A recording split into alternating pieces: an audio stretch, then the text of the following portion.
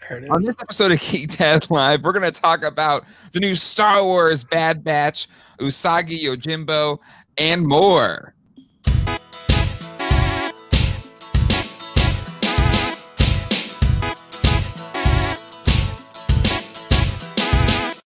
Hey, everyone, and welcome to Geek Dad Live. I am your host, Jay Glatfelter, and my co-host on Geek Dad Live is none other than at VHS Dude, Ralph. How you doing, Ralph? Doing good. How are you? Am I coming in clear? Because I'm getting a little bit of a lag. You sound it's not on my end. You sound clear. But if it is a little bit of a lag, we'll roll with it and see what happens. Okay. Let's see. I got to bring up the chat here, see if anybody is in the chat. Nobody in the chat yet. That's okay. But hopefully everybody is having a good July week this week. A little bit of a slow geek news week, so probably a little bit of a shorter episode, but that's okay. If you haven't seen it yet, I have a few new episodes that I posted this week. Beginning of the week, I did a review of the new Neca Teenage Mutant Ninja Turtles, Casey Jones and Raphael 2-pack. Love the set. Love the 1990 Teenage Mutant Ninja Turtles movie, and Neca has just done this amazing work of like recreating in the 6-inch, 7-inch scale these figures. It's just they do amazing work. It's just a pain in the butt to find them, but you can check that review out.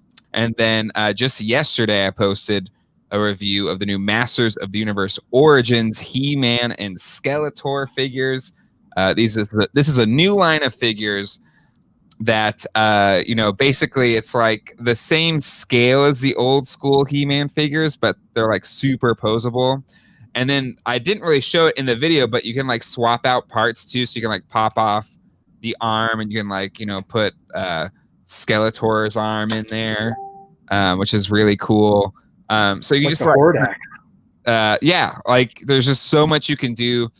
These are the first two figures that have been kind of pseudo released on Walmart.com, but they should hit major release in August, I believe. But still, it's like a really cool line, and the figures are like $14.99 a piece. So a really cool action figure line for the 80s kids at heart. So check out those reviews if you haven't already. I have. You have? Yeah, it made me wanna, but I just can't get collecting new toys. There's something about it. And then like it made me want to watch more He-Man. He-Man. If you get a chance, there is online the Spanish version of the He-Man theme, because there was lyrics. What? And this is the Spanish version. I believe it was on an album. There's a He-Man album, and it shuffled the Spanish version of the He-Man theme, shuffled into my iTunes, and I was just blown away. Like if you get fired up by the He-Man theme, listen to the Spanish version, because the guy singing it is like full of gusto. It's amazing. I need to now. Everybody just read this real quick, go to that, and then come back real fast. We have some regulars in the chat now. Lolo Pap, hello, welcome. I think Lolo's been to every single show we've done so far, at least the last month or so. Mariano, good to see you again. Hello. My wife Colleen is there, which I'm surprised because Ralph and Colleen have been beefing the past few weeks, so it's just I think it was just last week. It's just time has no meaning. It feels like it's been a couple weeks. But yeah, so you mentioned you can't buy them because they're new. So do you have like a bias against new figures? No. I just don't have room for more. Like, here's the problem. I love Star Wars. Mm-hmm.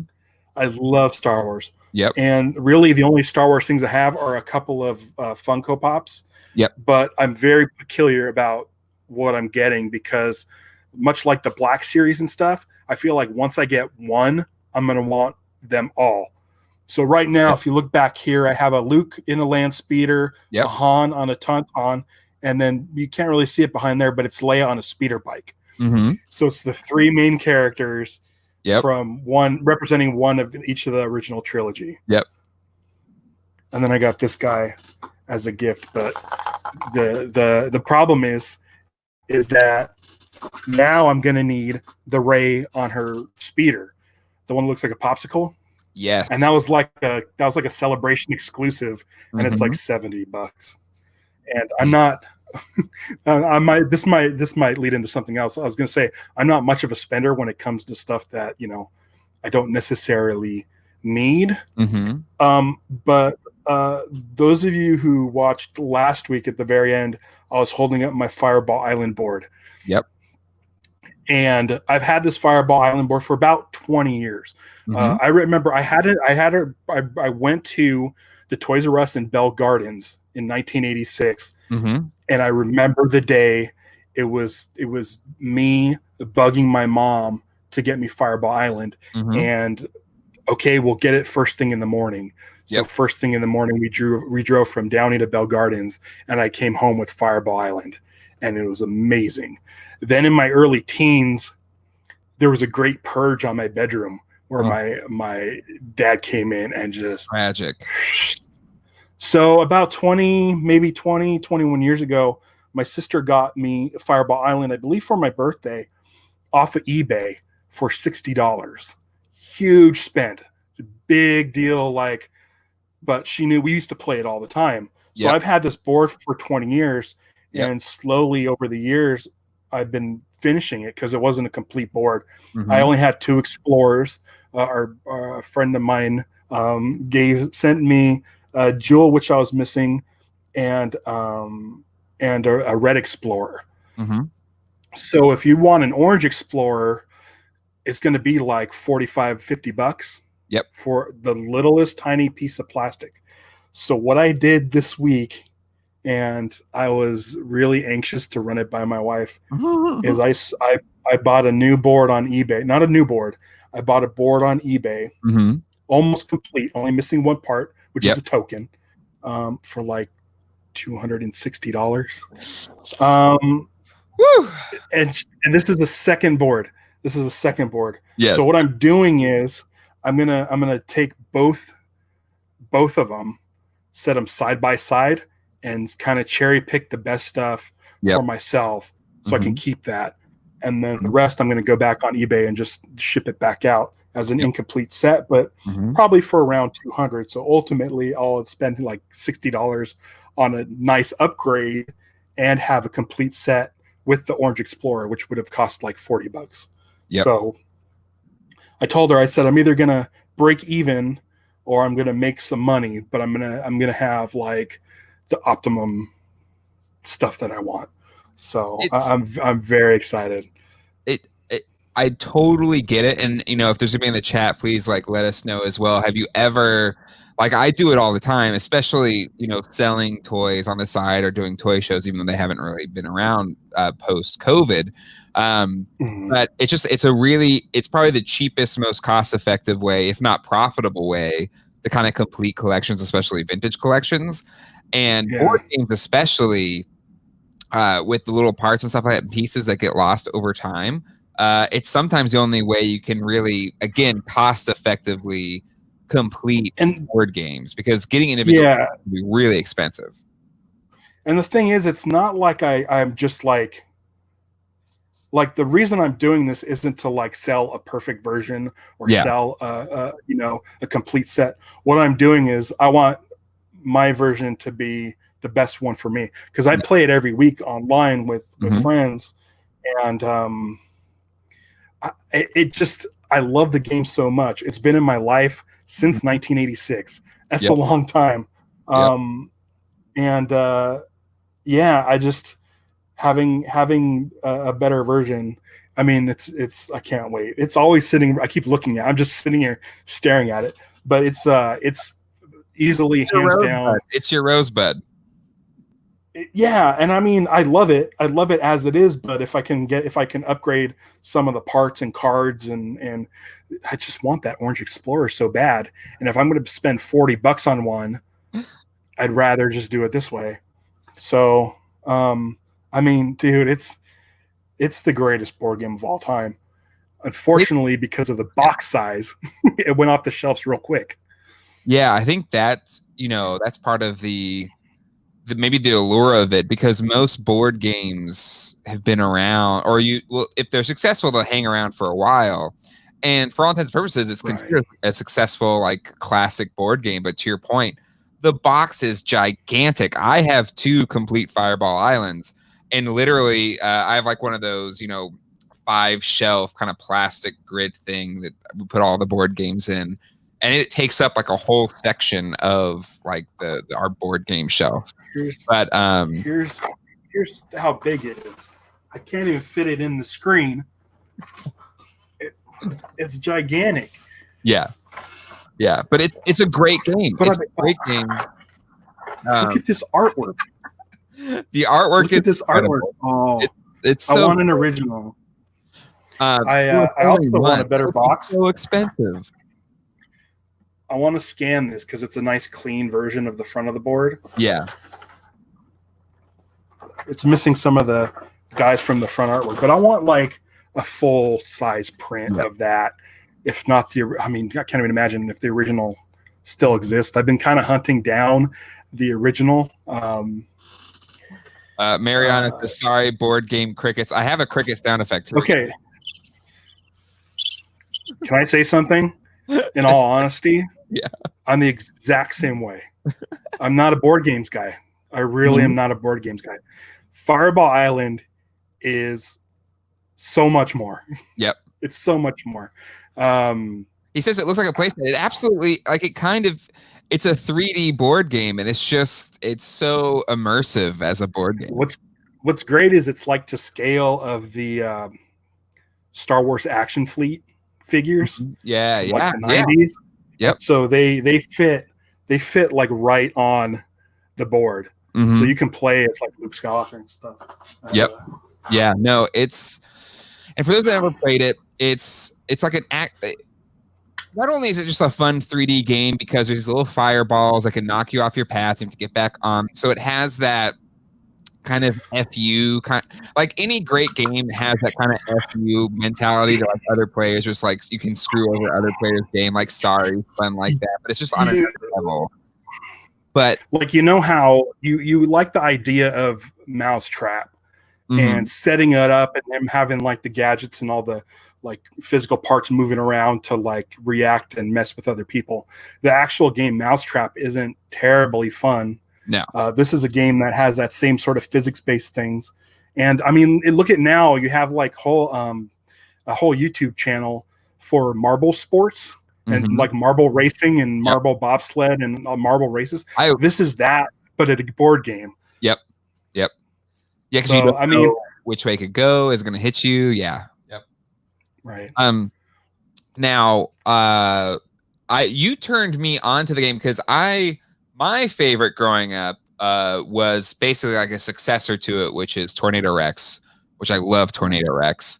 But for what I was like, Tornado Rex is like a better kids game version of Fireball Island, where it's more just random cards. You just kind of pick up cards, and then it kind of tells you how many spaces you can move, and if a Tornado Rex comes around. I think the action's more fun on the spinning top because it's far more random, and like because Zach and I love it because it'll go every which way, and you don't know if it's going to get you or not.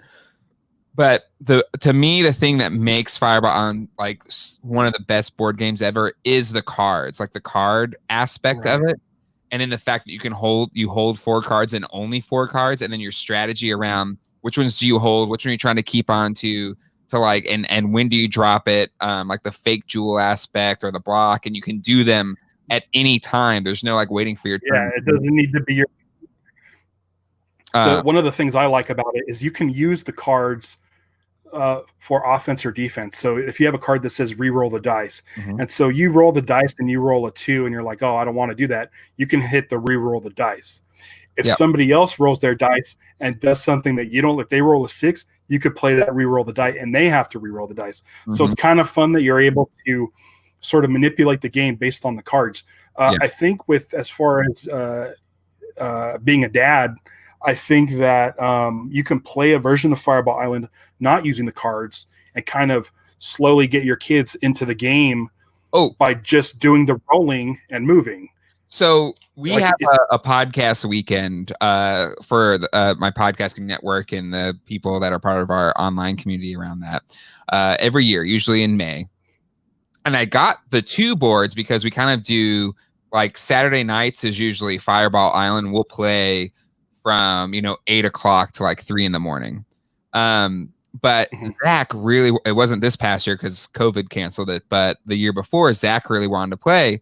So he took my spot and played, and he was actually he was 5 at the time. He was doing pretty good. Like he basically was kind of in the running towards the end. Complex.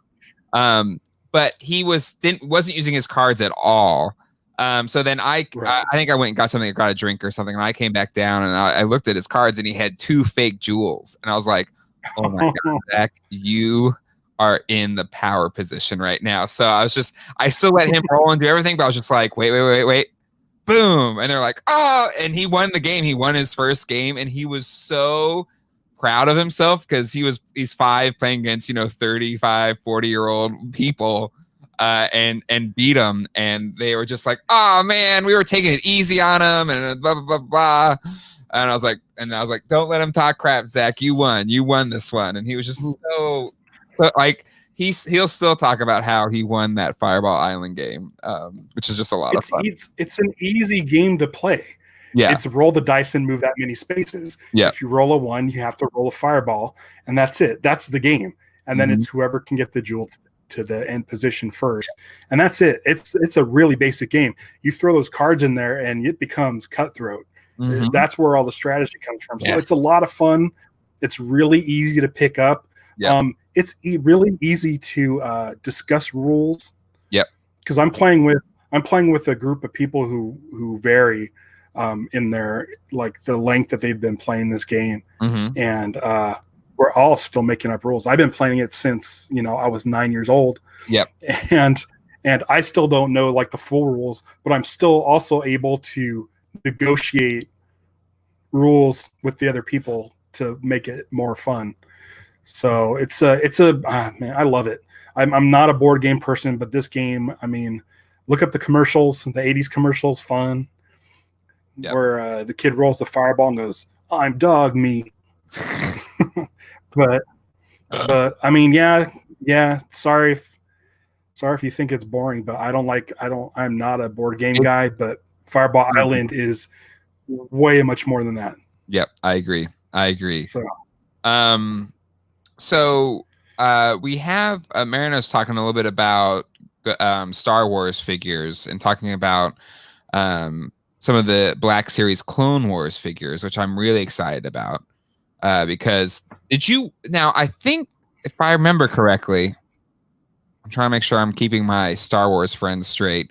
Have you finished the final season of Clone Wars yet or no? No, I caught up to the final season and have yet to start it. Okay. And you're mad at me. And you keep saying every week, by next week you should watch it. Correct. Okay, good. So it is you that I'm mad at. I just wanted to confirm. But yes, I know. This news kind of meant nothing to me, but I'm sure it will when I finally watch the Clone Wars. Exactly. So one of the big things this week was the announcement that Star Wars: The Bad Batch is going to be a new series on Disney Plus. And for those that have seen the final season of the Clone Wars, it's the first story arc to the final season. And it kind of finally introduces this group of I don't want to say, I basically somehow in the clone process, there was a defect in their cloning process, but their defect makes them a specialist in some way. And it kind of has this Magnificent Seven-ish kind of vibe where, each one has their specific thing they're good at. And while it wasn't very lore heavy or anything like that, it was an awesome, awesome story arc where you immediately fall in love with these characters, these new characters that they drop in, and you just really have a blast. I think it's 4 episodes, the Bad Batch arc. And, Colleen and I, she's saying it right now. Love the Bad Batch. I cannot wait for this. Mariano says, yay, the Bad Batch. But, very quickly, it's just like, they need to do a show about this. This was so good. It can't only be these 4 episodes. And the announcement this week was just so much yes, 1,000 times yes. Dave Filoni is going to be, driving that series. Nothing but awesome potential for it, and an ability to kind of continue the Clone Wars storyline in a different way, in a different viewpoint, with an awesome set of characters that I think could be a lot of fun. Because so you're caught up to the final season, so you've seen the kind of Netflix season as well, or because I think that one, I don't want to spoil anything. Maybe I hasn't seen it. But anyway, the Bad Batch, I'm so pumped. But also, I am going to say it again. Ralph, you say that Star Wars is your favorite thing. How the hell have you not seen the final season of the Clone Wars yet? It's unacceptable. You keep saying that. I know. Said that, I think every episode. I'll watch it by next week for sure. Fetz, who we've known for a long time, accurately has stated, has accurately stated, Ralph is a bad man. Watch the Clone Wars. All right, I will. I will. I was talking to Fetz yesterday. He rewatched Speed Racer for the first time, I think, since the theaters, and had an appreciation for it. That's a great movie. That's what I told him. I love it. And I said that I told him what I tell everybody when I talk about Speed Racer is that in that movie, Matthew Fox plays the best Batman ever. His Racer X is amazing. It is. Watch Speed Racer. Speaking of stuff that I want people to watch, I watched Night Shift this week. Can't do an episode without mentioning Night Shift. Oh, it's so good. It's so good. I'm excited for the Bad Batch, by the way, just so you know. You would be so much more excited if you watched the darn last season. Jeez Louise. I will. I promise I will this time. We could talk about it next week. But I'm excited because I guess it takes place after the end of the Clone Wars. So it'll be really interesting to see how they what they do. Like I said, I haven't seen the latest scenes of the Clone Wars, but how what their deal is with Order 66 and what they do after the Emperor is taken over. I want to see if they're hunting Jedi or joining the rebellion or what. But I'm really interested in the time period between episode 3 and episode 4. Mm-hmm. And just to see what happens in between there. I love Solo. I love Rogue One. I loved Rebels. So there's 20 years in there to play with. So I'm excited about that. So the announcement of the Bad Batch made me want to watch the Clone Wars. So if anything, I'll be able to get through that. If anything, I'll be able to get through that first storyline by next episode. Get through all of it because the last arc, I know, is amazing. It's some of the best Star Wars ever. Yeah. It's fine. I want to power through this. We have, half an hour left or whatever. Ralph ordered Speed Racer from Amazon. It's been a while since I've seen it. I love the soundtrack. It is a great soundtrack. Speaking of the soundtrack, that's a friend of the show, Michael Giacchino score, isn't it? He's the one that got me the missing pieces for my Fireball Island set. Mondo put out a vinyl of the Speed Racer score. So I may ask him to see if he has a pile of them at his house. If not, I'm just going to buy it. Beautiful set. The beautiful set. Mondo. We just got a record player. Yeah, the Yeah. Mondo vinyls are great. I bought the Yeah. Ghostbusters soundtrack one that they did, and the artwork's incredible. As all Right. Mondo, they have that new Jurassic Park one that I've been like, should I get it? Should I get it? Should I get it?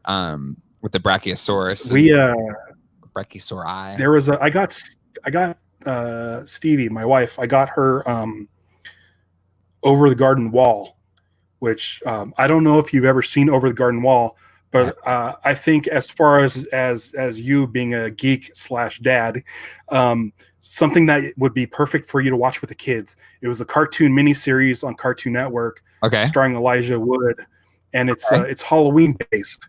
It's I believe it's 10 or 8 11-minute long episodes, and it's very Halloween driven, and it's kind of got like Cuphead style art, sort of a little bit older style art, and the music is very that similar style to Cuphead, like that sort of 30s, so 20s, like 30s, 40s music. A Fleischer cartoon. A little bit. It's imagine like more of an artsy Gravity Falls. Okay. But real easy watch come Halloween. I highly recommend it. But I got the album for Stevie from Mondo, and it's like the perfect style of music. Like if they do a Cuphead vinyl, like that's what I want to listen to on my record player. That's a recommendation for parents out there looking to watch kid-friendly stuff that's going to entertain you as well. All right, so Over the Garden Wall. Yeah. Okay. Over the Garden Wall, and I just recommend that for Halloween season. Okay. Yeah. No, I forgot what I was gonna say. Anyways, U-Turn, the Mondo vinyl, fantastic, and Mondo vinyls are also fantastic. Oh, I love it. And it's kind of neat because we have it's not open, it hasn't been open, but we have an Alamo Draft House which owns Mondo, and so they have a record section of the Alamo, so you can usually pick up and buy the latest Mondo vinyl pressing. Oh my God. I noticed that there was a Alamo in Raleigh. The closest Alamo to me currently is something like 40 miles, something like that. It's in LA or Hollywood or something. You could be 15 minutes from one. I know. I know. Ours is the first one to have the VHS rental store. And not only what I love about the VHS rental store side, it's called it's a Videopolis, but it's not just like your stereotypical VHSs. They have so much random, like deep cut B movie VHS, like your collection would be, I am sure. Do they have God's Big Picture? Blue. Maybe. Like, I swear to God, like, I am not kidding. When I first whoa. Don't swear to God. In earmuffs. Okay, go ahead. Sorry. But like the depth of their collection is unreal. Like it's an unreal VHS collection. I think we talked a little bit about this. I went on eBay and looked up Time Bandits on VHS. It's super available. It's super available if you get a chance. Check it out. It's like $2, $3. My free shipping with eBay is just I need to make sure it doesn't have mold on the tape, because like especially now something with the age, more and more of the tapes that I find have mold on them, so I just have to like throw them away, unfortunately. But that's part of the. But luckily, like some I've gotten have been really nice. Like I got a really nice shape Ghostbusters VHS because mine is trash, so I wanted a nice one. So I got a really nice, original version of Ghostbusters that is in good shape. But I try to find sealed copies too. Do you try to find sealed copies? Nah, because I want to pop them in. Well, I for some reason I feel weird on sealed. If I find a seal, like this is a sealed Back to the Future or whatever, like I'll just buy them because like when are you gonna find a sealed VHS tape? Because it's so mean. It's not like it's that hard to find the big releases, So I can find open ones too. This is sealed. show off color for the 90s. This is the Spanish version. Oh, very nice. Very nice. Sealed. Lolo Pap asks, have you seen the Goosebump TV series? No, I do, and I think Mariano said haven't watched it. Read as a kid, but too kiddie for me. I never seen that series. It was a popular book series, when I was a kid, but never watched. For me, it was Are You Afraid of the Dark was like my horror kid TV show or whatever on Snick. Yeah, those are past my time. Yeah, because you're an 80 baby or 77. Pretty much. I was born in 77, and so like mostly the stuff that I would watch, like regular TV, would scare me enough. Like I remember watching the V miniseries. Oh man, and the dude when the baby was born. Yeah. Oh, I used to hate it when I was a kid. Jesus. Hopefully Jack's not watching. I don't think when the Wicked Witch would show up on Wizard of Oz, I would split. Oh, I just got to go to the bathroom right when she shows up. I used to do that with when Splash was on TV. I would get really uncomfortable when Daryl Hannah was naked, so I'd get up and leave because I knew it was happening. So I'd get up and I was a weird kid. No, that's a lot of kids. I was scared of everything, like or what? Yeah, it's probably the goody two because you'd say about like being a goody, like I was such a rule follower. Like if anything was like whatever, I was like, I'm not taking part in this. Right. That might be it too. Mariano says, I'm tempted to see Ghostbusters since they have it in theaters again. I think, do you have a drive-in near you? The closest one to us is 50 minutes away. So we've been debating driving to our actual drive-in theater, but there's a lot of companies like doing parking lot drive-in theaters, which is cool, but there's nothing to me like the same as like a drive-in theater. Right. I haven't been to a drive-in since probably like 82. Really? I remember seeing E.T. We went to go see E.T. in the drive-in, and that's a dark movie. Like it's not a very light movie. It was impossible to see on the screen at the drive-in. Oh. And I don't think we ever went back. They just started kind of disappearing, but I don't know. There's got to be one fairly close to me, within like about 45 minutes.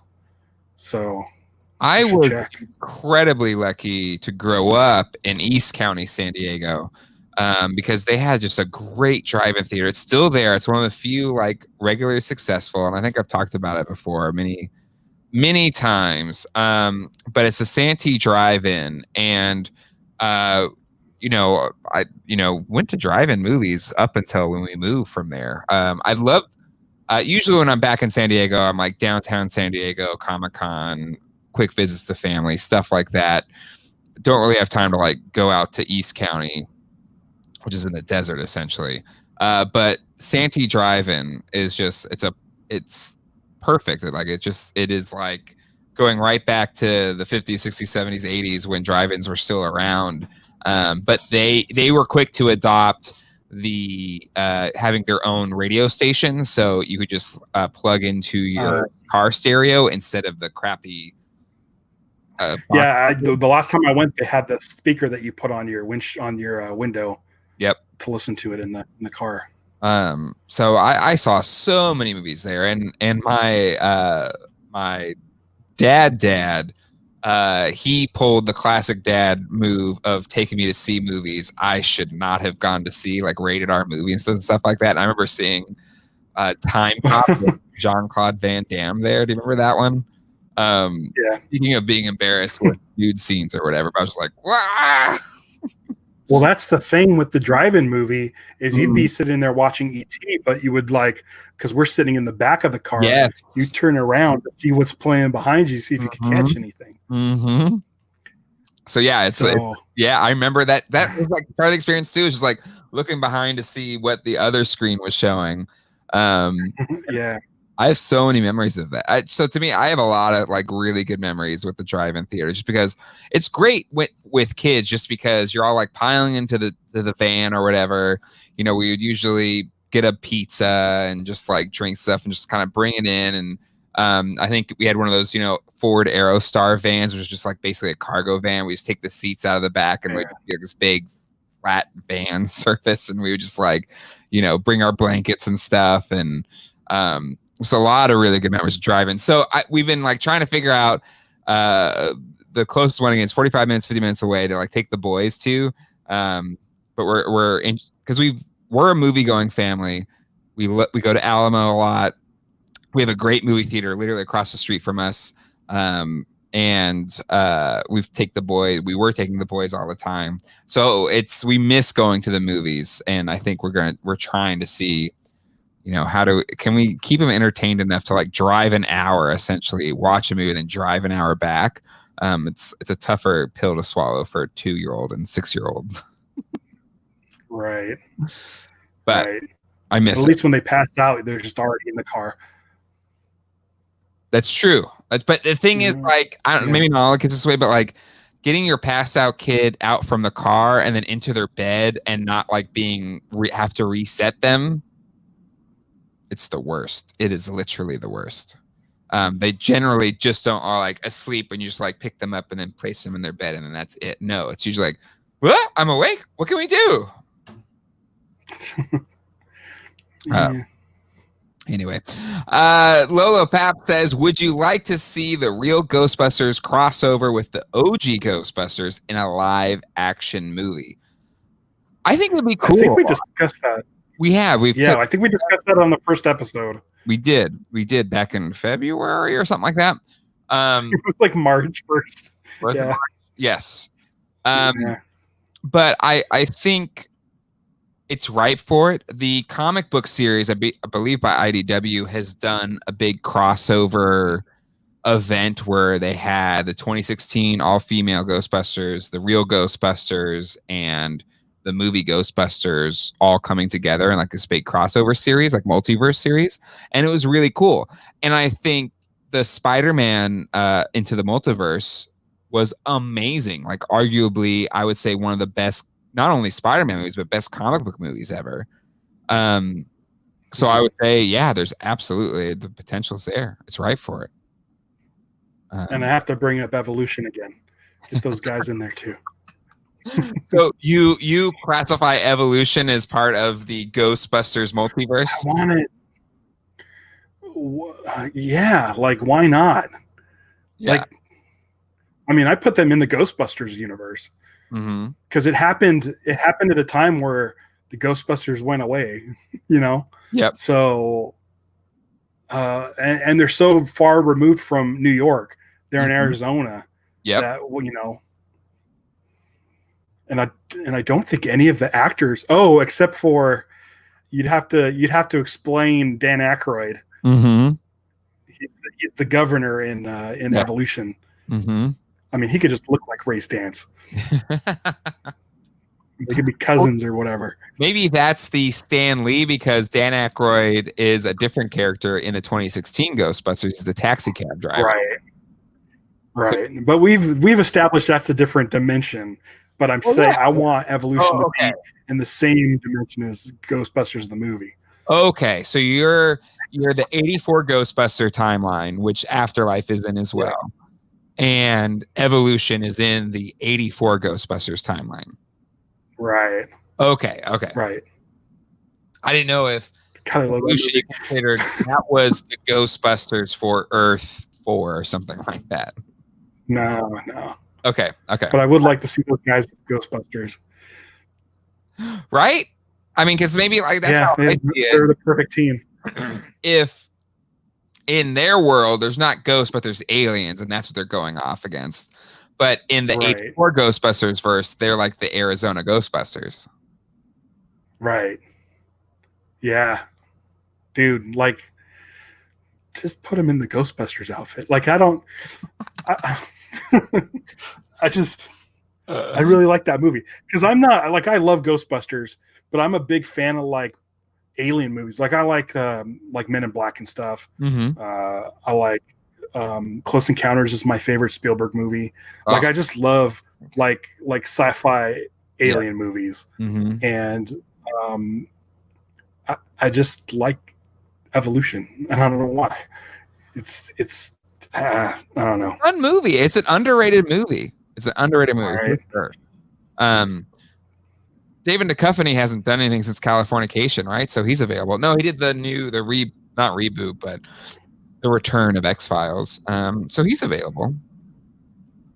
They're all available. Just do it. I met Orlando Jones. Orlando Jones. He came to one of our local comic book conventions. Really nice guy. Very. Did you get an Evolution something sign? Do they make toys? I bet you they did. It was that era of really bad toys. But what if you can collect a full set of Evolution toys?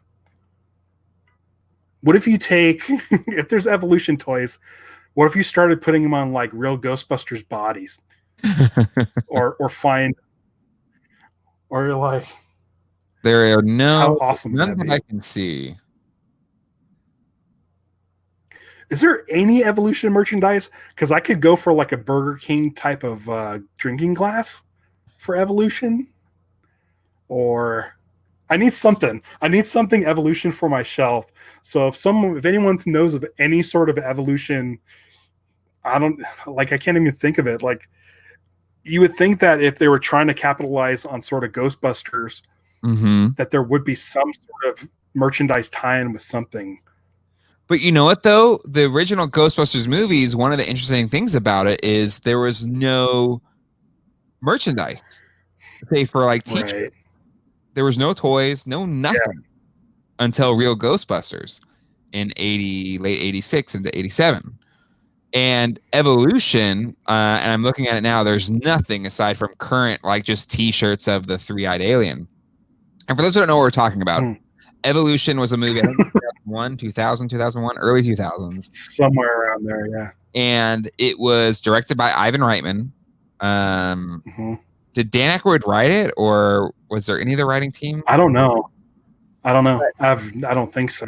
It was set up, the feel, the kind of the three scientists kind of thing, dealing with a supernatural alien type event, the marketing, like it was, if you were really into movies at the time and you liked Ghostbusters, like you knew that this was like trying to be the 2001 version of Ghostbusters. And it's called just Evolution, and it starred David Duchovny, Orlando Jones, and I'm blanking on her name. Julianne Moore. Sean William Scott. Yep. And it's a really fun movie, but instead of ghosts, it's aliens. And like even the marketing, like where for Ghostbusters, it was just the No Ghost logo, and it said "Coming to Save the World this summer" as like the not the main poster, but like the preview poster or whatever, the teaser poster. And the Evolution poster was almost exactly the same, except for the three-eyed alien smiley face. So if you know the classic yellow, two-eyed smiley face, it was the same except with a third eye in the middle. And I think that poster even said like "Saving the World this summer" or something very similar to the Ghostbusters original teaser poster. And so even I, like as a Ghostbuster nerd in the early 2000s, there was only like 7 of us.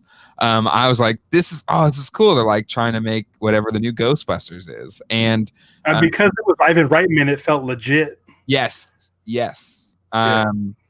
And if you like Ivan Reitman movies, like it fits into his chronology really well.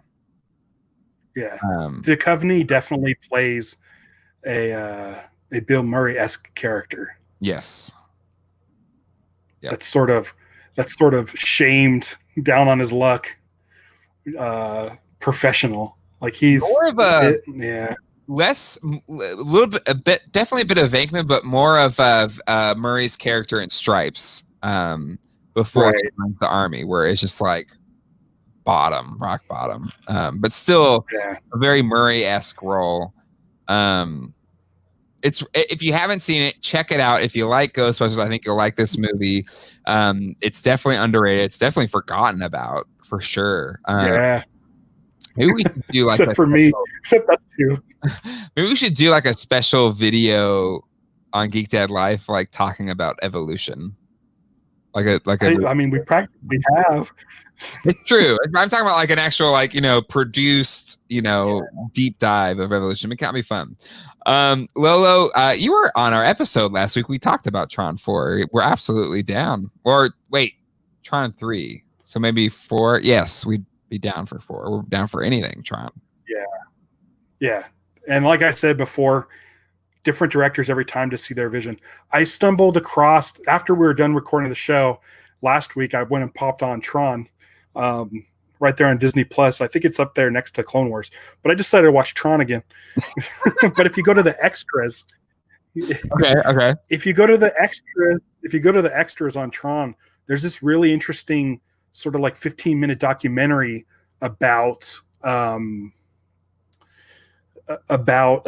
Steven Lisberger, who created the original Tron, and his son, and them going down to Disney archives and looking through photographs that they did on the set of Tron. And it's like the first time anyone's seen these.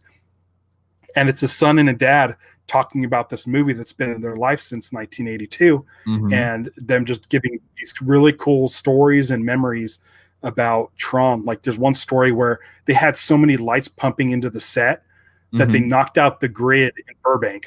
Oh wow! So if you get a chance on Disney Plus, go to the extras section of anything that you watch. Okay. And check out all the extra content you have. It's really cool.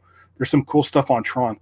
They just put up Solo last week, and there's some cool stuff that they brought over from the DVD or the Blu-ray and the iTunes. There's a really cool documentary. It's a featurette. It's like 10 minutes long about Chewbacca and then bringing Chewbacca to life in the Solo movie.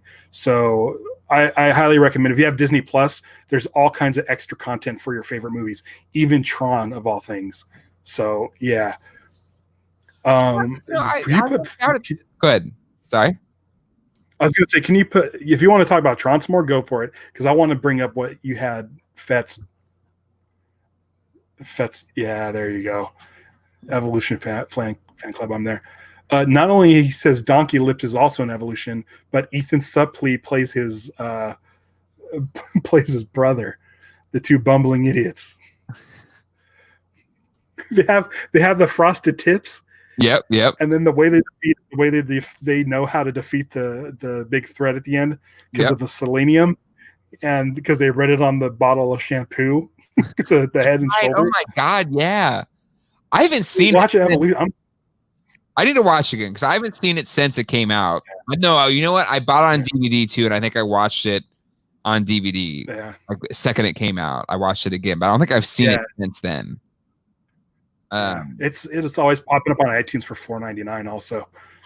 Marino, when I hear Evolution, I think of X-Men Evolution, a pretty good series. I agree, X-Men Evolution's a fun series. But again, if you're a Ghostbusters fan, which a lot of people that are like this channel are, watch Evolution. And be on the lookout for a special deep dive review of Evolution on Geek Dad Life in the future. Bets is going to create the Evolution Fan Club webpage on GeoCities. Yes. With the three-eyed alien spinning around, the little animation in the top right corner. Yes. Next to the American flag waving. Maybe some fireworks animations at the bottom. Web pages in the mid to like 97, 96, 97, 98, 99.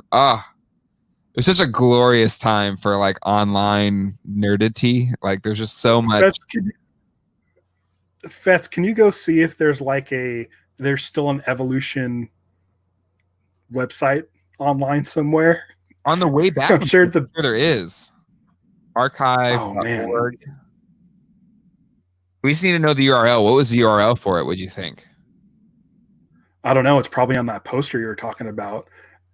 It's probably like the evolution is here .net something. I don't know. But if there's an evolution, there had to have been a website. Was that Universal that made that? I want to say Universal. I could be wrong. I found an entry from 2002. When did the movie come out? It must have been around then. I don't know. It was early 2000s for sure. It's timeless. It's a timeless movie. But yeah, it was somewhere around there. I'm A looking at the friend internet. of mine, has a bit part in that movie. Oh, really? There's a scene with Sean Williams. He has a scene with Sean William Scott. He's a bartender at the country club. Anybody from Associated Films or that I would know, or? No, he was actually on iCarly. His name's Jerry Trainer. So if you watched iCarly, he was like the grown up. Thanks for the tip, Ralph. I'm not sure. Was that Evolution? Mariano, thanks for the tip, Ralph. He was saying for Evolution or Evolution, for the extras. Okay. Or maybe extras too. Cool. Would you like to see new spectacular Spider-Man figures in the Marvel Legends series? Yeah, I mean, to me, the Marvel Legends figure series, like what they've been doing, and I absolutely, for the first time, I've pre-ordered a Hasbro Pulse exclusive HasLab figure, which is they're making a huge Sentinel figure that looks amazing. It's already been completely backed, and so I'm really pumped about that. But yeah, what they've been doing with Marvel Legends the past few years, the figures are just incredible. There just hasn't been one that I've gotten recently to review on the channel post making the channel, but I've got boxes of them over there, right there, that I've got to add or take out and display. But it's there, it's ready. I might put them underneath my DC, so my DC superpowers, boom, and then I'll probably where they belong. Move the Tailspin and Darkwing Duck out, and then put the Marvel on the third and fourth shelves. And yeah, Ralph, I am a comic agnostic, but in terms of just like design and look and feel, I love the DC. Just like, I don't know, I love the look of that Neil Adams era DC stuff. But and Batman and Superman, but Robin's my favorite all-time comic book character. So I definitely. Do you have the is it Batman Forever glass Burger King mugs? Still have those? I may have some. I gave my sister a Robin one, like when they came out, and she still has it. It's still the Chris O'Donnell Robin. Yeah, I freaking loved when they finally had a Robin in the movie series. Yeah. I didn't care that the movie was bad. I was just like really excited that Robin was in it. And but Ken at the time, they never made like a good Robin figure. They just never.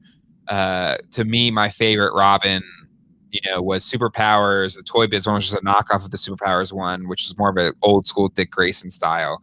And then for Batman Returns, they made a Tim Drake style one, and but it was kind of based off of the Marlon Wayans Robin that never was. Which again, I think that would have been really cool. I would love to see, I think we talked about it already with the going back to the Keaton verse. Right. But still, it'd be cool. It'd be really cool. Let's see, a short-lived animated Alienators Evolution. That's right. Oh my God. I forgot about that. I forgot there was an animated series that was based off Evolution. Based on Evolution. Really? And they had to have toys, right? I am looking. I cannot find any. I want an Ira toy. They aren't out there. It's probably hard to look up Evolution toy. Yeah. Maybe we'll have an update next week on our all Evolution episode. Evolution, the animated series. Alienators Evolution continues. Yeah, they were totally trying to have. When again, they should have just like, it was kind of a weird time. It was before properties were beaten up over and over again. Are you a fan of All Music Fan 88? Are you a fan of the classic Batman 66 TV series? Absolutely. Like that was, at least for me as a kid, like that and Super Friends was like how you got your Batman stories outside of the movies or before the movies. And again, as a Robin fan, good. Yeah, I'm currently watching those. Actually, I'm on the last season with Nice. Batgirl. So I've been watching that instead of Clone Wars. So that's good. You should be watching Clone Wars because you're I should be a Star Wars fan. Star Wars. Wear the shirts. Watch the series. Star Wars. Star Wars. Don't flout the lightsaber in front of my face. Okay. Star Wars. Stop it. Just makes me sad. Depressed. That's all the Star Wars I have at my fingertips. Yeah, I've got He-Man's with me right now. I was gonna bring this up when I did the Casey Jones. This is my childhood survivor Casey Jones figure.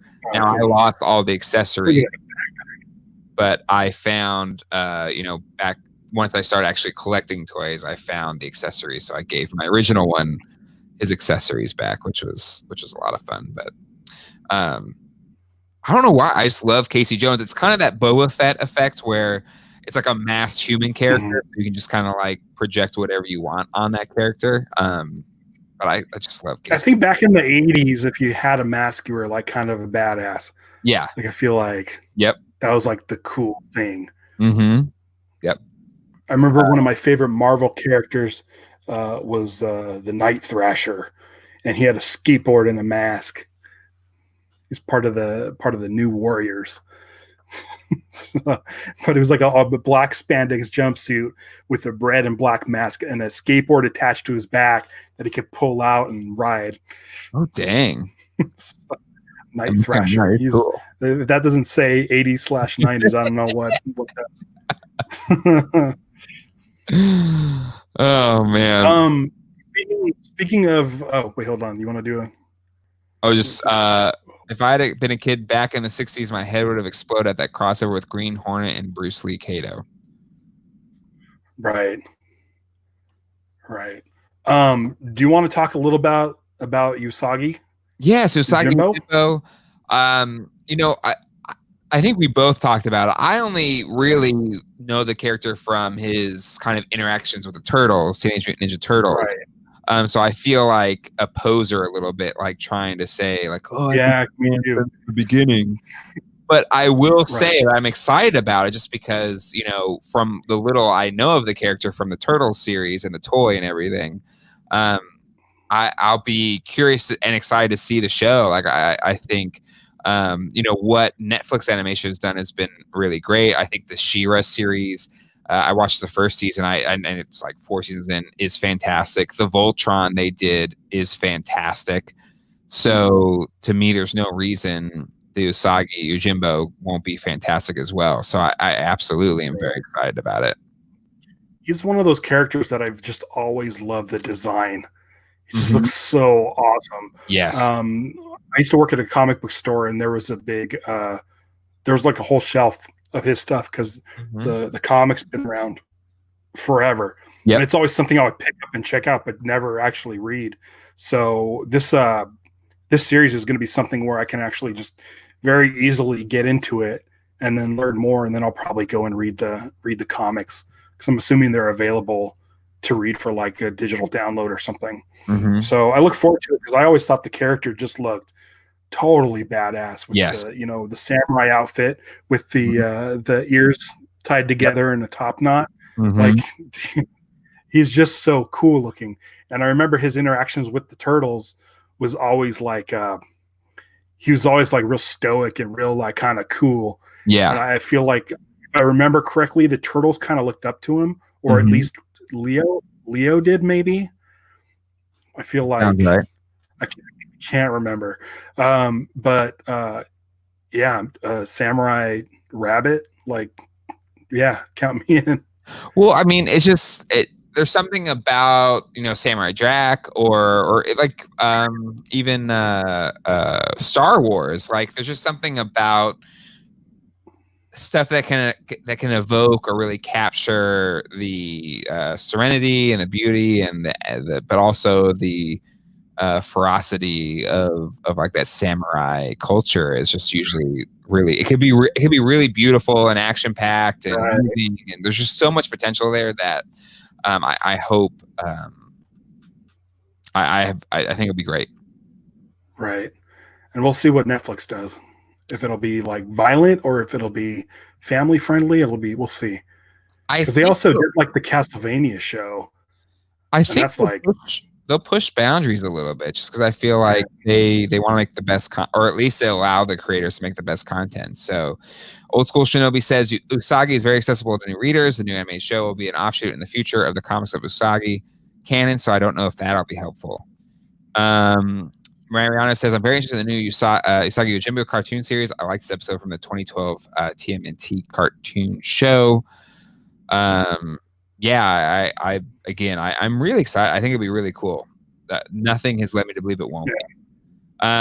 right. All music fans said, Jay, did you collect the Batman 66 action figures that Mattel made in 2013? So many times I came close to buying those figures, and especially when Toys R Us had the 66 Batmobile that came with Batman and Robin, like so many times, and even when it was clearance, I just came so freaking close to buying those figures. But I do try to keep my collection to this room. It's a fairly large room, but it's still a finite amount of space. And even before that, I didn't have as much room as I have now. We were in a townhouse, I think. So I only have so much space. I didn't have space for it, so I just didn't buy it. But I did really like what Mattel was doing, even if Mattel is kind of hit or miss with their quality sometimes. Is there a toy line that would make you clear off a shelf and replace? Like, is there something out there where, like, if I had that, I would take out something that's already established? Or are you pretty much set in what you're collecting? I'm pretty set. I know you have more. I know you have more Motu to get. But the thing is, what's nice about Motu, I have a really large master section. So, that the Eternia playset is gigantic. So I have so much space to put figures in. But what I cut was, is that Turbo Man? So yeah, I got a Turbo Man. Yeah, that's a okay, cool. All right. Vintage Turbo Man.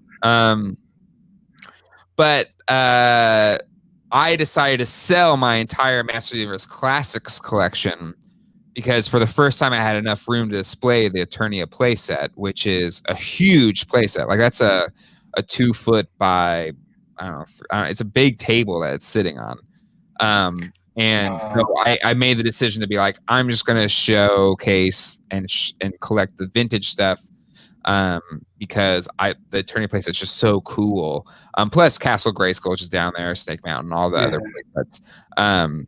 To me, it's like, how do I love vintage toys. I love the playsets that came with vintage toys. So that's what so for me, it's what had the amazing playsets, and I don't think there's a playset left that I haven't gotten. The last one was really the Filmation's Ghostbusters Ghost Command playset. Was a more recent acquisition, but I think there's breaking news that may change your decision. You might have to clear some room off your shelf. If you want to jump on the chat and see what Fetz just wrote. All right. So I have my Neca turtle down there, right there. I just moved them. They were right here in this spot in my Expedit, but I moved with Casey Jones. It became too big, so I moved them in that spot right there. Right. But now, the Tailspin and Darkwing Duck will get moved out somewhere else. I'll move the Marvel Legends there, and then my Star Wars Black Series will go right there, I think, because I have my Star Wars Hot Toys, my Hot Toys Chris Reeve Superman, Keaton Batman, Bill Murray, and then my vintage Kenner Star Wars. I'm only one figure away from having every vintage Kenner Star Wars figure. And it is the most expensive one, the yak face size, the last one I need.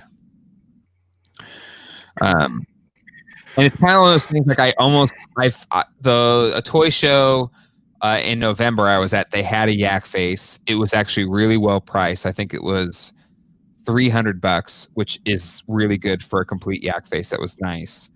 And I decided not to get it because I just wasn't ready to be done collecting, like getting the last figure. I'm just not ready. Makes sense. Should we look into this evolution line by NECA and then discuss it next week? There's no evolution line by NECA. I think he's wishful thinking evolution. But he said boom. I'm assuming that means it exists. No. Evolution movie NECA. Let's see. Nothing. Come on. There's nothing. All you have is the Halloween, the Evolution of Evil set from NECA. Yep. Come on, man. Don't get me all excited about Evolution toy lines.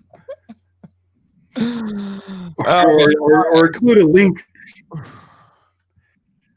I don't think I could have sold all my classic figures, but you have a great display. But that was my He-Man display in my townhouse toy room and then even before that in our apartment that we lived in. That's what I had displayed because I was buying those figures from the beginning.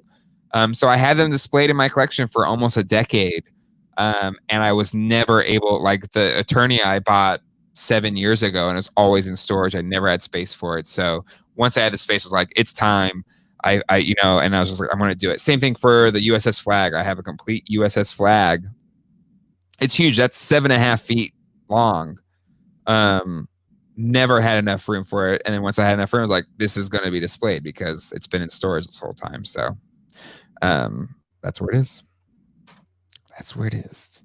And then in terms of like what I've given the boot, the Jurassic Park Command playset, what was there was the Enterprise playset from Playmates. So I sold that to make room for that Jurassic Park set when I found it. So there is things that happens, but I feel like this is what it's going to be for a while, but you never know.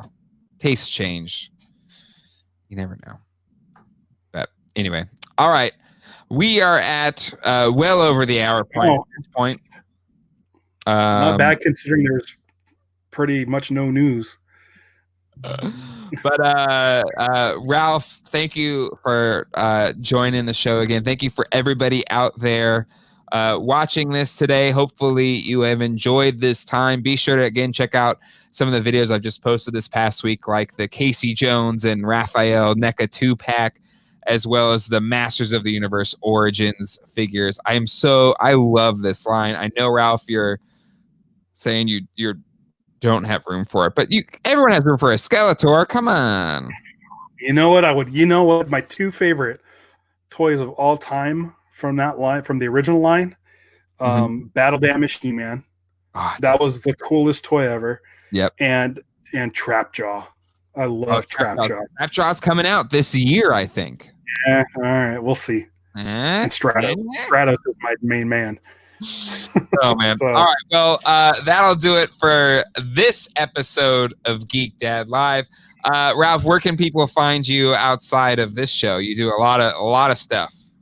I'm at VHS Dude. Just go to casinoskunk.com and that'll answer all your questions on where you can find me. There you go. And all right. Well, very good. We will be back next week unless something changes at Thursday at 9 o'clock or 6 o'clock or 9 o'clock Eastern, 6 Pacific, not specific. And we'll see you then. Until next time, hasta luego and goodbye. Bye.